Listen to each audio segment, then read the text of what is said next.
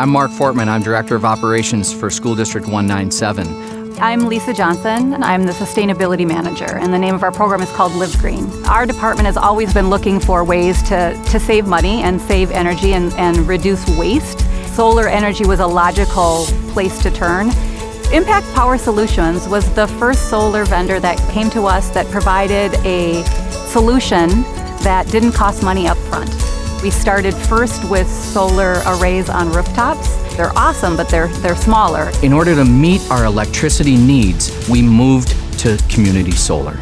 Then right away, we realized credits on our bills. The district is in a positive cash flow position from day one, and it equates to about $200,000 annually. That money goes directly back into the classrooms. We're really proud of the fact that we have solar energy for all of our electricity.